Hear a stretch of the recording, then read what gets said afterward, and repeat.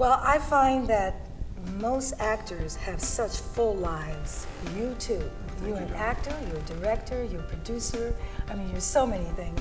And I don't think anyone in this industry is not. And we are just such enormous, we have so much energy that none of us do one thing, because that's just the way the industry is.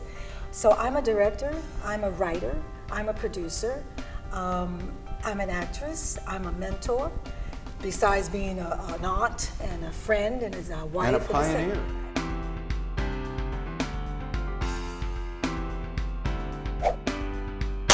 I think it's important to have at least a basic understanding of the process.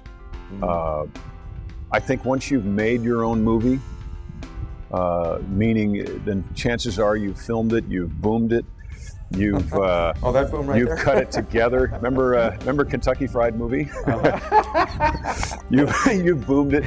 You've cut it together. You've distributed. We were talking earlier. I started a company called Grassroots Film Distribution because I wanted to understand.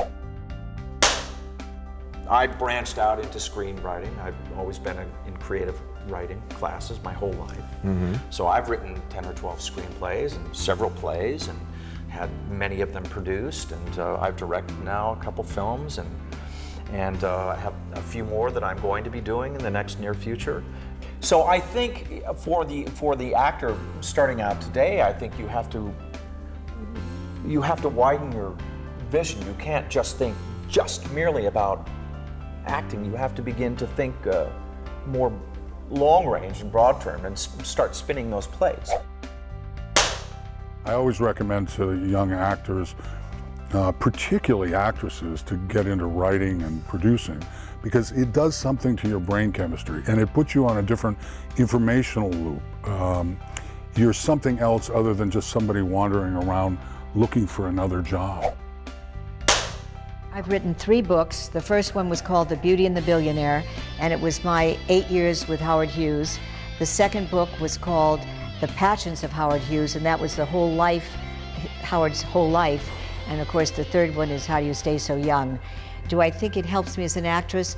Probably to recall things in myself. It's like going through a sense memory or, you know, the whole thing. It's very method, certainly.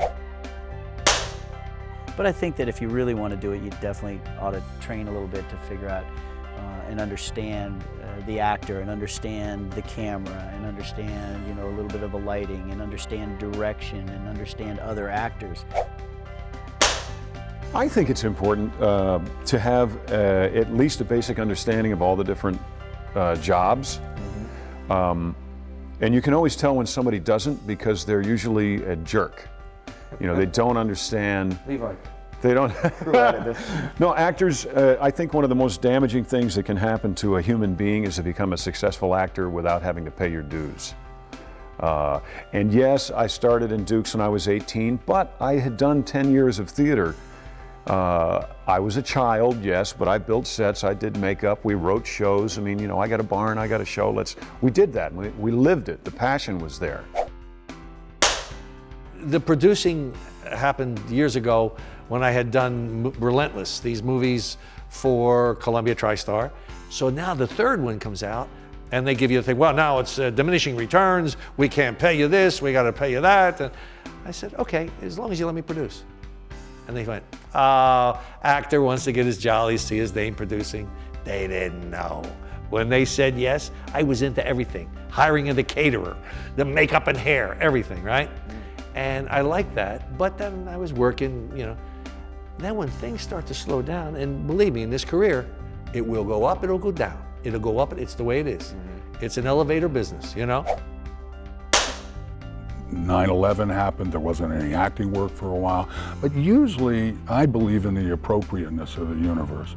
There wasn't a lot of acting work, so I went around the world and got into public speaking and raising money for films and stuff like that. And in a sense, that's a very strong component to what you end up doing.